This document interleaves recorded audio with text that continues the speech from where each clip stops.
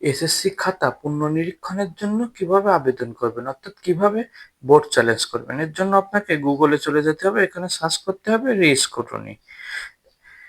এখানে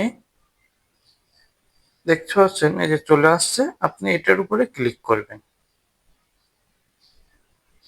এখান থেকে আপনি বোর্ড সিলেক্ট করবেন। আমি বোর্ড সিলেক্ট করে দিলাম যশোর, রোল নাম্বার দিয়ে দিলাম, এরপরে রেজিস্ট্রেশন নাম্বার, রোল নাম্বার এবং রেজিস্ট্রেশন নাম্বার আমি দিয়ে দিলাম, এরপরে জমা দিন।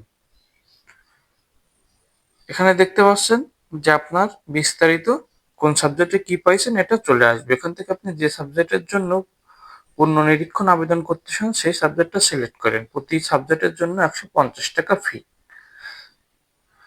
তো ধরুন আপনি এখান থেকে একটা সাবজেক্ট আমি সিলেক্ট করে দিলাম, এরপরে নিচে চলে আসবেন। এখানে দেখতে পাচ্ছেন যে একটি সাবজেক্ট ফি 150 টাকা। এরপরে ফি কিভাবে জমা করবেন, এটা আপনি বিকাশ নগদে দিতে পারেন। কিভাবে বিকাশ থেকে দিবেন সেটা আমি দেখাবো, চলুন বিকাশে যাই। বিকাশের মাধ্যমে কিভাবে ফি জমা করবেন, বিকাশের ভিতরে যে এখানে দেখতে পাচ্ছেন এডুকেশন ফি, আপনি এডুকেশন ফিতে চলে যাবেন।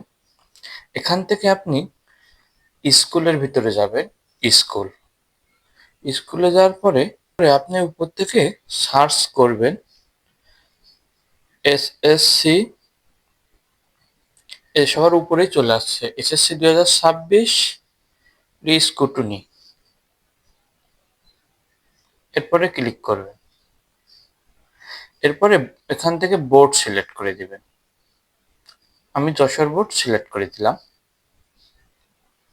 পাসিং ইয়ার 26, এখানে রোল নাম্বার, আমি রোল নাম্বারটা দিয়ে দিলাম।